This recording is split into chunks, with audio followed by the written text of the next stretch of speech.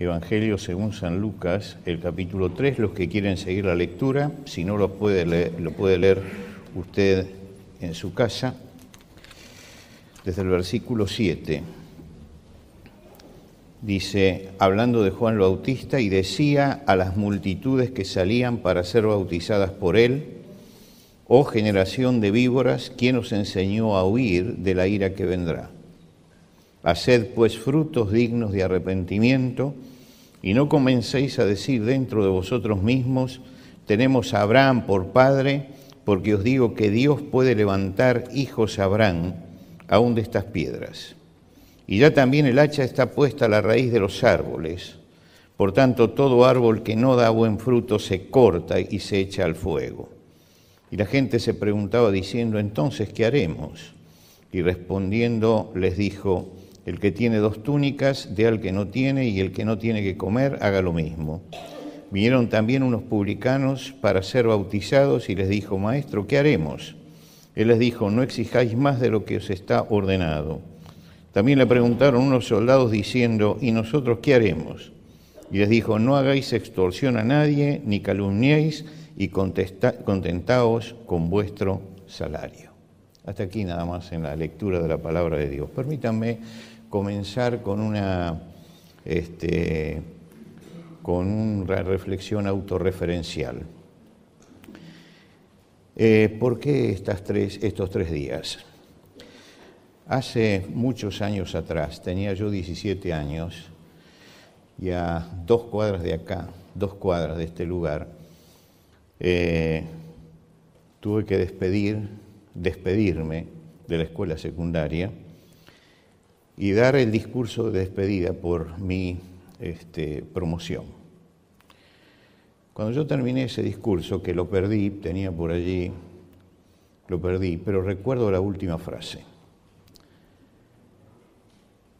Vamos a luchar por un mundo nuevo que nosotros ayudemos a forjar. No pudimos, pero yo lo sigo intentando. Hace 50 años que estoy en este lugar como pastor y sigo predicando lo mismo, porque creo que la única forma de cambio es esa. Nuestro país es como una calecita. Gira, gira, gira, pero nunca avanzamos, nunca vamos hacia adelante. Siempre estamos en el mismo lugar. Ahora estamos en una campaña. Como yo dije, hago abstracción de todo lo que pueda ser partidismo. Pero ustedes se acuerdan, seguramente habrán escuchado, de las compañías teatrales que hace muchos años salían por las ciudades del interior y los pueblos para hacer teatro. Como el público era muy poco, entonces llevaban 5 o 6 obras y hacían esas 5 o 6 obras. Lo que quiere decir que en una misma noche representaban una obra de teatro, después se sacaban la ropa y me representaban otra, y de repente el que era malo en una era bueno en la otra, el que era un estafador en una era un cura en la otra, es decir, se cambiaban los roles. Y yo pensaba en eso, que eso es lo que nos pasa a los argentinos cuando llegamos al momento político. Todos cambian el disfraz, todos cambian, todos empiezan a decir: ¿qué papel puedo hacer yo ahora y dónde me puedo ubicar? Y entonces nosotros vemos cómo no hay ninguna idea, sino que tenemos una cantidad de gente que cambia de disfraces. ¿Por qué? Porque forma parte de una oligarquía, que es la oligarquía política, ¿no? Que es gente que tiene que mandar siempre y siempre tiene que estar allí, ¿no? Nunca hay un trasvasamiento real generacional. Todos, de acuerdo al disfraz que tengan, reprochan, atacan, insultan, y después que pasamos estos meses de insultos, de ataques, de críticas, nos dicen: bueno, ahora voten. Y yo estoy cansado de esto ya. Estoy cansado porque siempre es lo mismo. Nadie me contesta las preguntas fundamentales. ¿Cómo salimos de esta decadencia en la que estamos? ¿Cómo bajamos el nivel de pobreza? ¿Cómo reconstruimos la cultura del trabajo que está destruida? ¿Cómo reflotamos la educación? ¿Cómo? Yo esa es la pregunta que hago, ¿cómo? Y que no me digan vamos, sino cómo. El cómo es lo importante. El país se apresta a vivir momentos tremendos. El año que viene va a ser un año tremendo. Lo acabamos de hablar con un amigo antes de comenzar. Va a ser un año tremendo. Quiere decir que estamos cada vez más abajo. Y cualquiera que mira la patria puede decir, como decía don Francisco de Quevedo y Villegas mirando la España decadente de su época, él dijo: miré los muros de la patria mía, si un tiempo fuertes, ya desmoronados. Hagamos un poco de historia.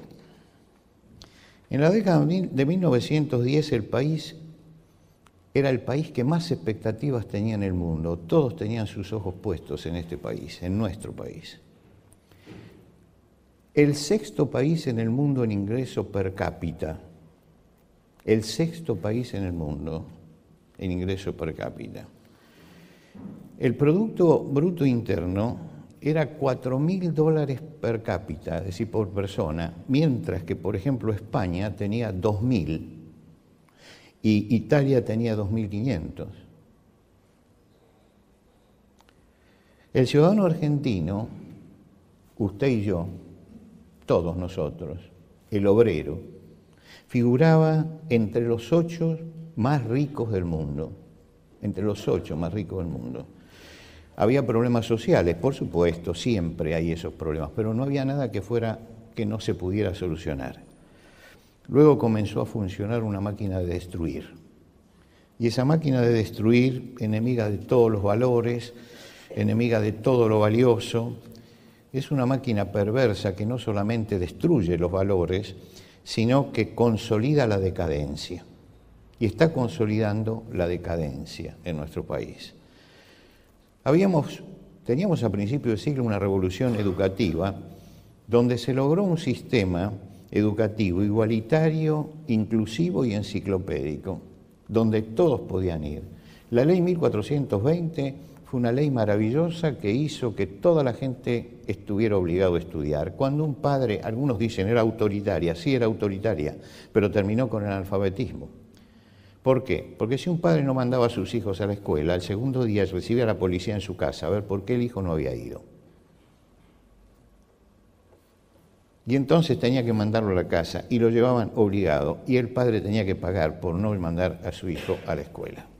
Se alfabetizó el país. Hoy toda América nos admira por el nivel educativo que tuvimos, no que tenemos, que tuvimos, porque ya no lo tenemos más.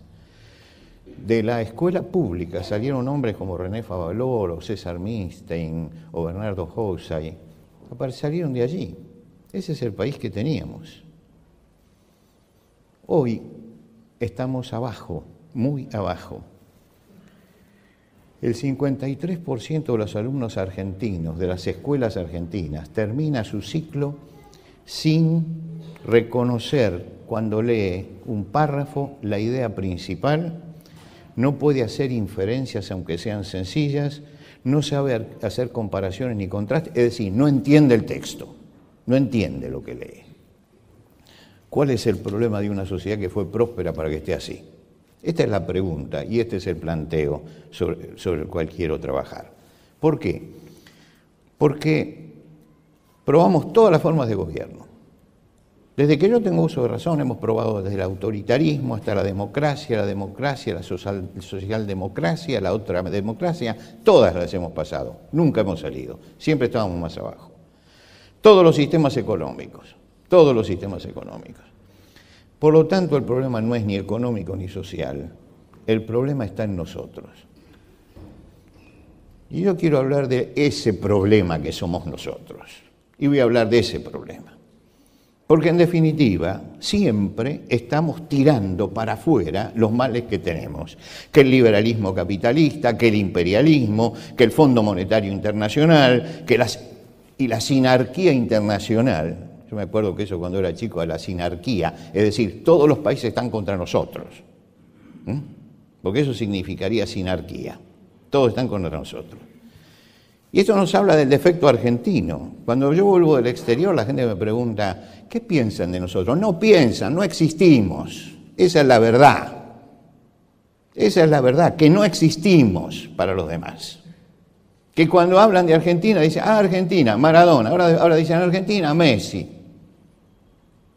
Y cuando usted le pregunta por la capital, dicen Río de Janeiro. Entonces, no existimos, pero tenemos eso de creernos que somos el centro del mundo. No, señores, con el Fondo Monetario Internacional y los imperialismos y todo lo que quieran, hay países que van adelante y que estaban más abajo que nosotros y siguen andando. Entonces el problema no es ese, el problema somos nosotros. El problema es algo que tenemos nosotros, como personas. Juan el Bautista, del cual hemos leído, vivió en una sociedad como la nuestra, exactamente como la nuestra, cada vez más empobrecida, que se caía cada vez más. Y entonces se cargaban de impuestos, impuestos que no podían pagar, impuestos que los llevaban a la miseria. Y cuando uno le preguntaba, ¿quién tiene la culpa? Decían los romanos, que nos están oprimiendo. Los romanos, la culpa está ahí. Pero resulta que antes habían estado los griegos, y antes habían estado el ejército persa, y antes habían estado los caldeos. Pero antes de todo eso habían sido una gran nación que prestaba a los que estaban alrededor. Una gran nación que eran ejemplo, pero se fueron cayendo, y se cayeron, y se cayeron, y se cayeron hasta que llegaron a ese estado. Y en ese estado es cuando se levanta Juan el Bautista, abriendo el camino para la venida de Jesús. Y se encuentra con ese pueblo que es similar al pueblo que nosotros tenemos hoy, un pueblo que se ha caído, que está cada vez más empobrecido, con cargas impositivas agobiantes que nadie puede pagar. Ayer alguien dijo que tenemos cerca de 160 y tantos impuestos que pagar. Y entonces empezamos a decir, la culpa es del Imperio Romano, de los imperialistas. No, la culpa es nuestra. Cuando ellos miraban su atraso, pensaban en el hoy, pero no pensaban en el pasado. En el último centenario, en el bicentenario, se ignoró todos estos datos que yo acabo de dar y muchísimos otros, porque nadie quería decir que el país se está cayendo como se está cayendo, pero se está cayendo. Y se está cayendo, ¿por qué? Porque hay una culpa hacia adentro. Y ya es hora de que empecemos a mirar la culpa personal. Y yo quisiera hablar acerca, hoy justamente, de la culpa personal, El mensaje de Juan el Bautista era muy sencillo, tan sencillo que constaba de una sola palabra. Él les dijo, tienen que arrepentirse. La palabra arrepentirse es una palabra que quiere decir, tienen que cambiar su forma de pensar, porque si no, no va a cambiar nuestra forma de vivir. Entonces hay que cambiar esto, hay que cambiar la forma de pensar.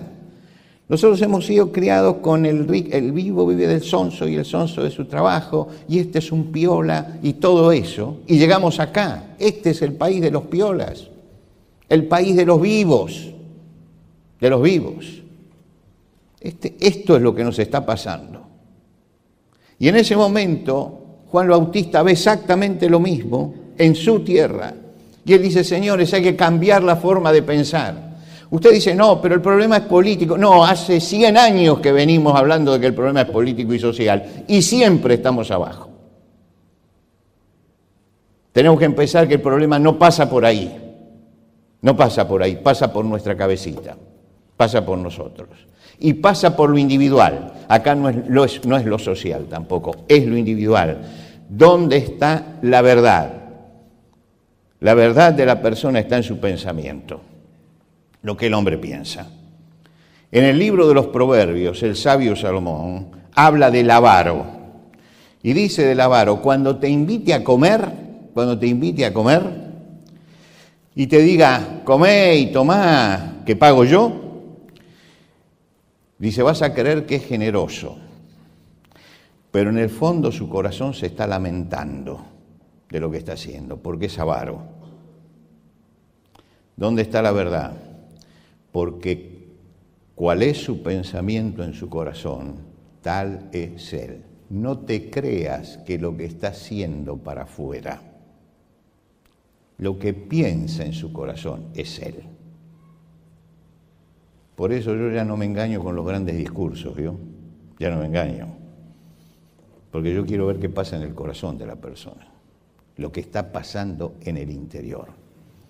Un cambio verdadero se produce cuando hay un cambio en el corazón, es decir, un cambio en el mundo interior, un cambio en las cosas que hacemos. Pero ¿quién conoce el corazón del hombre, no? ¿Quién lo conoce? Cada uno de nosotros es un enigma para los demás, es un enigma. Hace unos días todos nos conmovíamos al leer el diario que en Neuquén un joven asesinó, violó y mató a una jovencita y después la descuartizó. Bueno, un crimen tremendo, tremendo.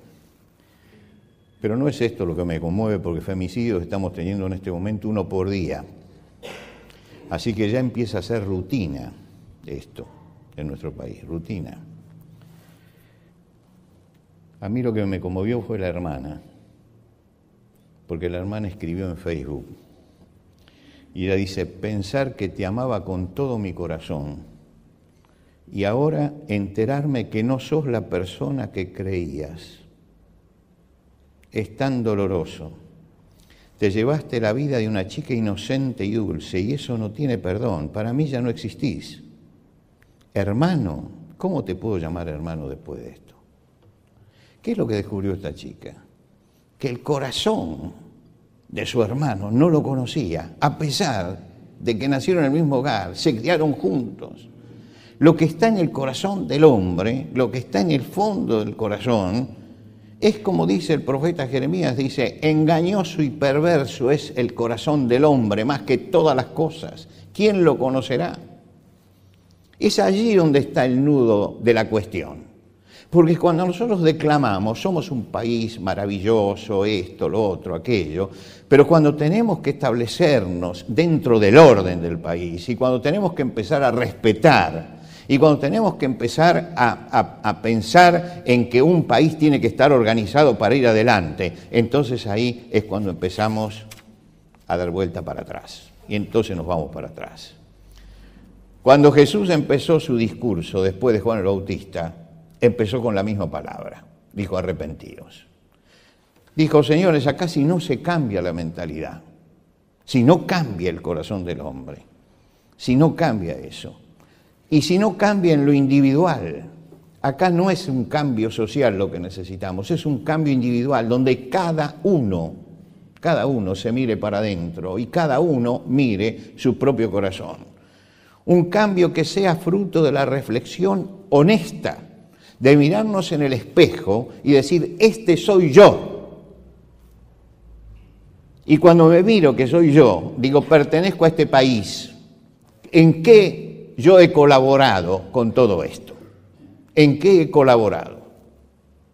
¿Por qué? Porque tenemos que pensar en actos individuales que empiecen a cambiar nuestra forma de pensar, porque esto no se puede cambiar por ley, no se puede cambiar con un decreto, no se puede cambiar a la fuerza. Esto tiene que ser un acto voluntario donde lleguemos a entender cuál es el problema que tenemos adentro. El problema nuestro está exacerbado y tenemos que preguntarnos: ¿qué tengo que cambiar yo?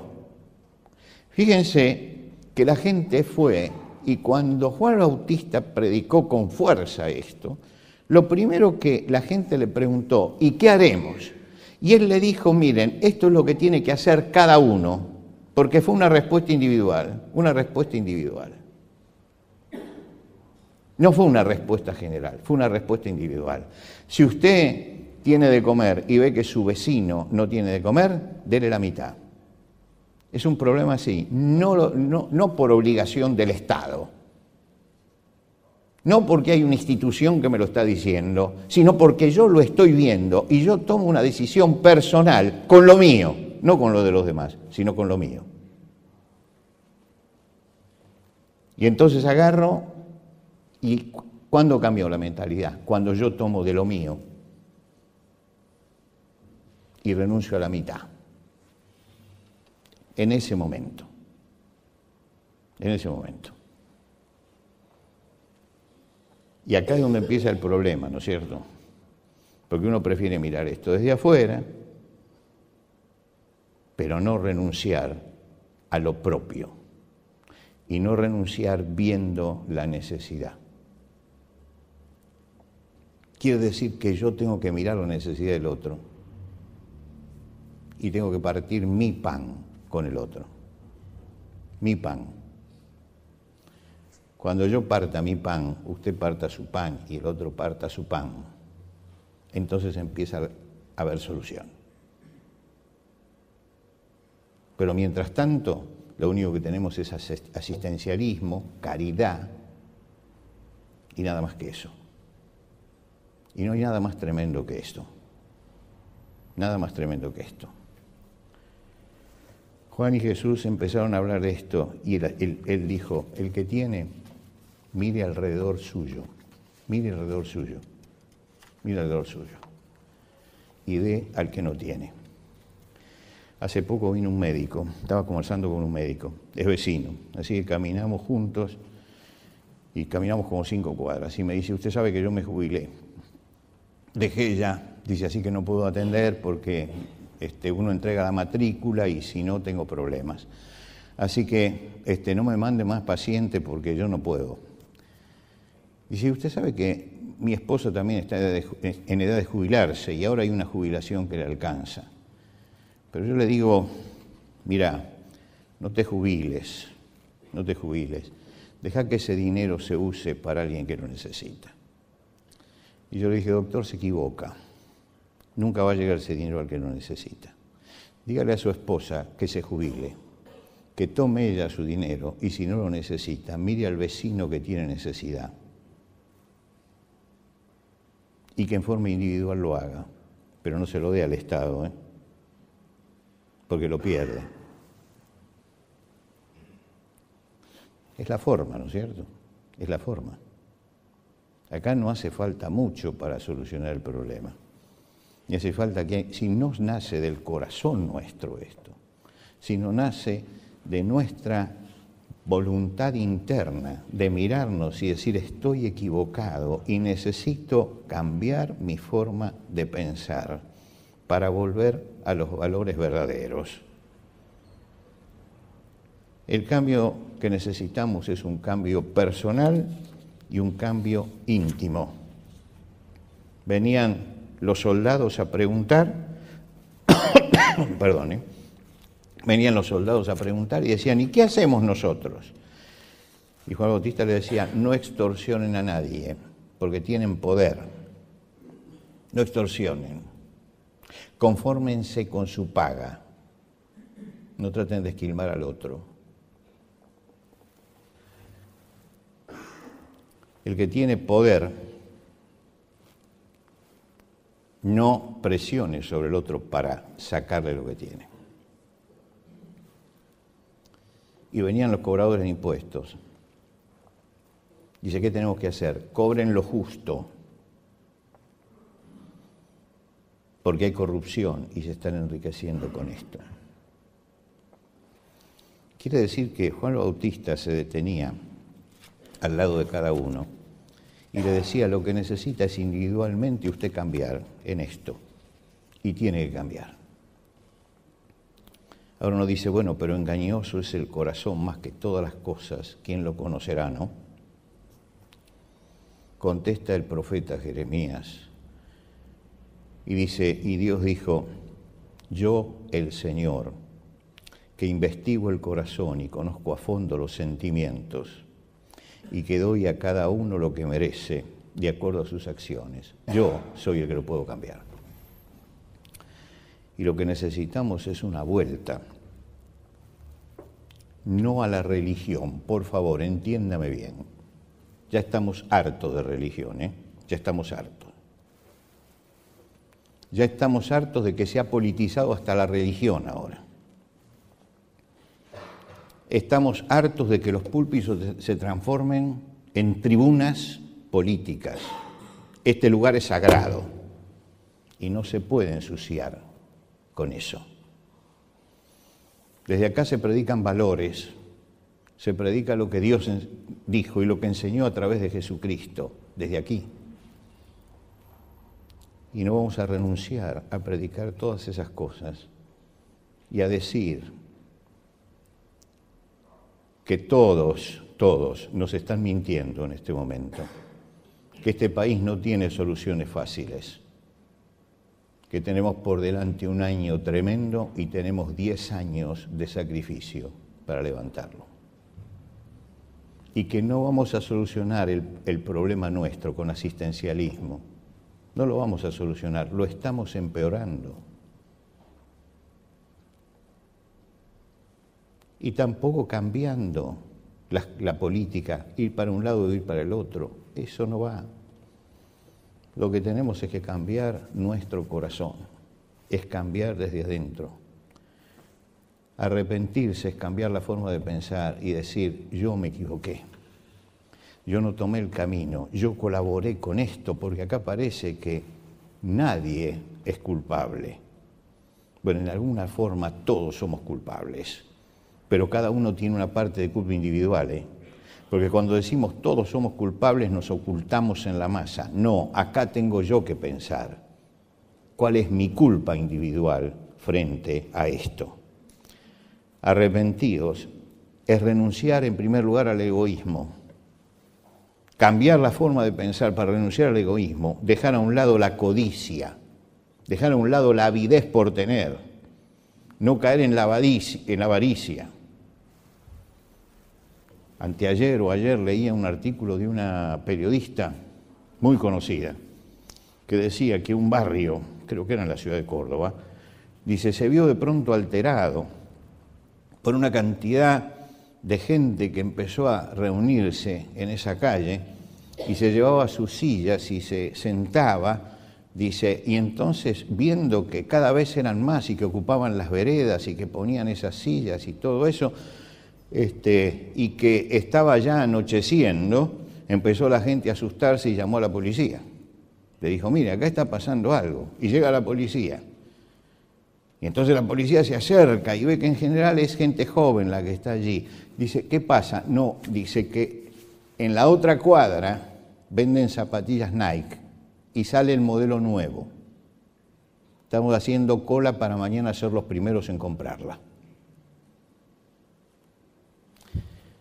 Esas zapatillas se hacen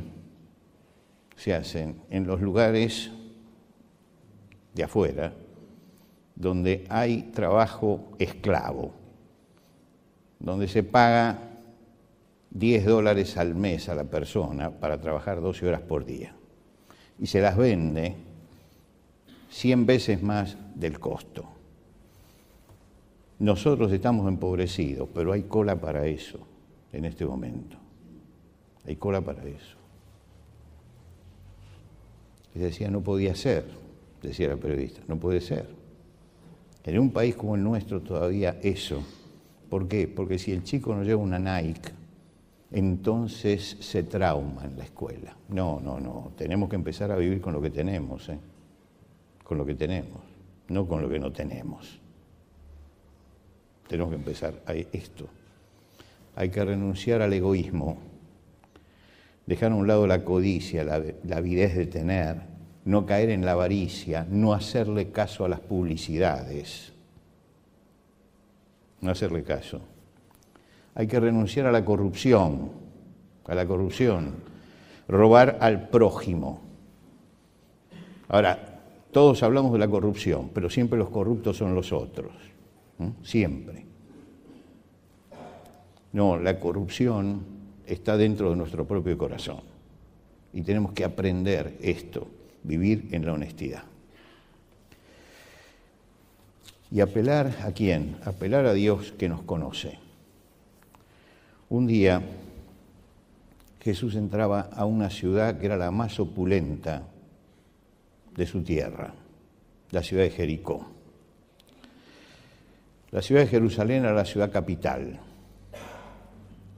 pero la ciudad opulenta, lo voy a decir para que lo entendamos los argentinos, la punta del este, de aquella época era la ciudad de Jericó. Jericó tenía dos ciudades, una vieja y una nueva. Y Jesús entra a una de las ciudades. Y en la puerta se encuentra con un mendigo que está pidiendo limosna. Jesús se para, ciego, desamparado. Y Jesús le dice, ¿qué quieres que te haga? Que reciba la vista. Perfecto. Y Jesús hace el milagro. Cuando está entrando a la otra parte de la ciudad, estaba saliendo de una y estaba entrando a la otra parte, ve a un hombre subido sobre un árbol que lo está mirando. Es el cobrador, el jefe de los cobradores de impuestos, que vio la gran multitud y curioso se subió a un árbol porque era bajito. Jesús le dice, venga. Es necesario que conversemos, vamos a tu casa. Jesús no lo conocía, no sabía quién era, pero lo vio y lo identificó. Vamos a conversar. Jesús entró en la casa de aquel hombre y habló. Nadie sabe qué fue lo que dijo. Nadie sabe. Pero cuando salió, ese hombre se paró delante de su pueblo, porque estarían todos ahí en la puerta esperando que Jesús saliera. Y le dijo, la mitad de mis bienes lo doy a los pobres, y si en algo he defraudado, lo voy a devolver cuadruplicado. Que vengan los deudores. Eso es arrepentimiento. No es llorar y golpearse el pecho, es cambiar. ¿Por qué? Por escuchar lo que Dios dice, bajar la cabeza y decir, Señor, es así. Zaqueo era un cobrador de impuestos. ¿Cuántas extorsiones había hecho? ¿Cuánta avaricia? ¿Cuánto latrocinio? ¿Cuánta deshonestidad? ¿Cuánto? Se encontró con Jesús. No necesitó que lo investigara la FIP. No necesitó la presión impositiva. Él dijo, la mitad de mis bienes voy a dar a los pobres yo. Es decir, él vivió el verdadero arrepentimiento. El arrepentimiento se da cuando yo puedo pasar por encima del egoísmo, por encima de la corrupción, por encima de las extorsiones, por encima de las calumnias y por encima de todo lo que nosotros sabemos. Y puedo decir, yo soy culpable también en esto, y esto es mi pecado, y esto es lo que voy a traer a Dios, y voy a arrepentirme.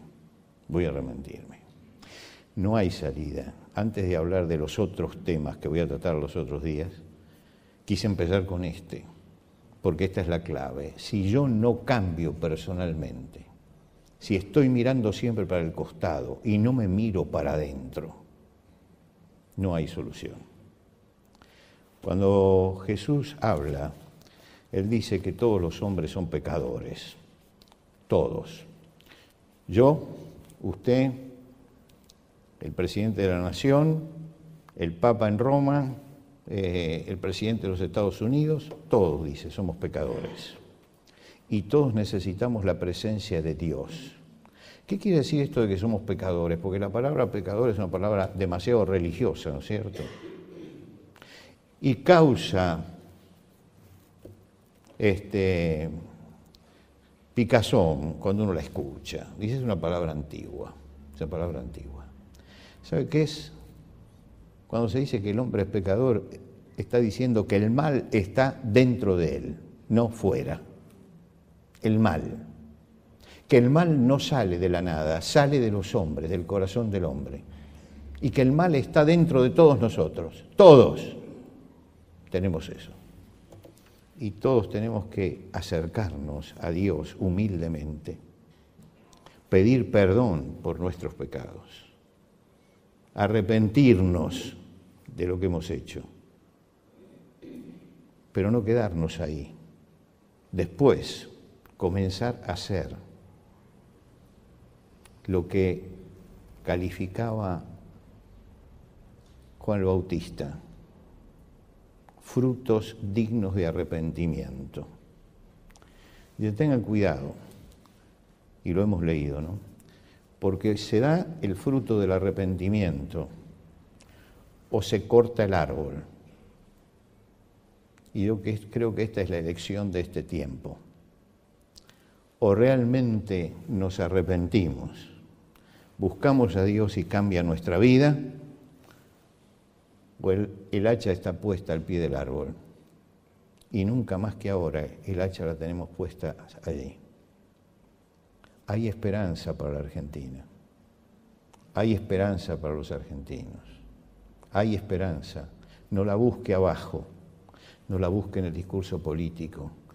Búsquela en un Dios que todavía nos sigue amando y nos sigue tolerando, y todavía hace llover sobre la pampa húmeda, y todavía hace salir el sol, y todavía la semilla empieza a brotar en primavera.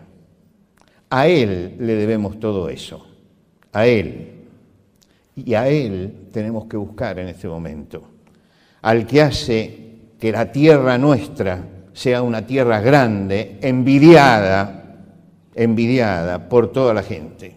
Nosotros nunca hemos estimado las bendiciones que Dios nos ha dado y las hemos malgastado y nos hemos olvidado que somos un país, sí, somos un país rico y que nos morimos de pobreza a causa del mal y del pecado. Ha llegado el momento de romper con todo esto. Ha llegado el momento de un cambio que venga desde adentro, de un cambio que haga Dios en nuestra vida, porque necesitamos salir de esto. Y no vamos a salir con la oligarquía política. Cuando hablo de oligarquía, hablo de todo el sistema. No nos van a sacar ellos. Tenemos que salir nosotros individualmente. Ha llegado el momento de que nos enfrentemos con nosotros mismos y con nuestro problema. Y cuando nos enfrentemos con nuestro problema y vayamos a Dios, ahí va a empezar a cambiar. Somos un grupo de gente. ¿Qué pasaría si mañana cada uno cumple con esto que es el arrepentimiento? Yo sigo orando porque Dios bendiga esta tierra. Yo me sigo quedando aquí, No me voy. No me fui y no me voy. Me quedo. Yo digo como decía Mariana Walsh, porque me duele si me quedo, pero me muero si me voy. Porque amo, porque es mi tierra. Nunca permito que en el exterior se critique a mi tierra. Les digo, prefiero no hablar. No me pregunten acerca de Argentina, porque las críticas las hago acá, no afuera. Las hago acá, porque me duele el país en todo el cuerpo. Y por eso digo, señores, el único camino es que nos volvamos a Dios. 50 años hace que predico lo mismo, 50 años. Y todavía creo que es el único mensaje que está vigente, porque la causa de Cristo es la única causa que tiene futuro.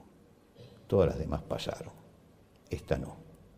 Busquemos en Dios la respuesta para nuestro corazón y empecemos a vivir una vida nueva que solamente Dios puede hacer, tocando nuestro corazón. El arrepentimiento no tiene que ser frente a los hombres. El arrepentimiento tiene que ser algo frente a Dios. Y Dios es el que perdona, levanta y da la fuerza para que se produzca un cambio en nuestra vida. Que Dios bendiga a nuestra patria.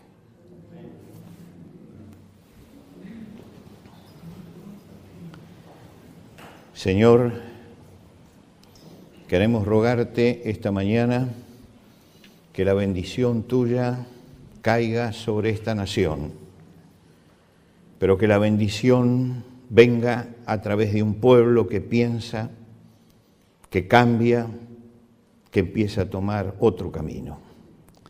Señor, bendícenos no ya con todas las bendiciones que nos has dado, sino con una obra tuya en el corazón de cada argentino, para que cada uno de nosotros entienda cuál es la responsabilidad que tiene como argentino, para que cada uno de nosotros individualmente se presente delante tuyo y podamos empezar una nueva forma de vivir y de conducirnos en esta sociedad. Señor, te rogamos que aquello que decía Juan el Bautista y que fue tan duro, pero que cambió a muchos en aquel pueblo, pueda servirnos esta mañana a nosotros para buscarte a ti, para pedirte a ti desde el fondo de nuestro corazón un cambio interior nuestro, para que nosotros podamos aportar nuestra cuota de fe y de esperanza, pero de fe y esperanza verdadera.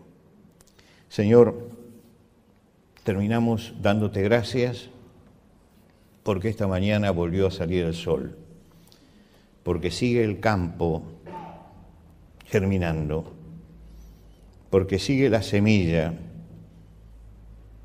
prodigando el trigo y el pan que necesitamos.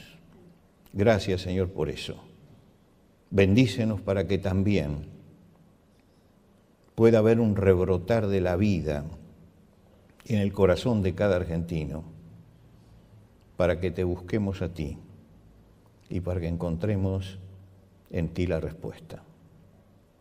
Te pedimos esto en el nombre de Cristo Jesús.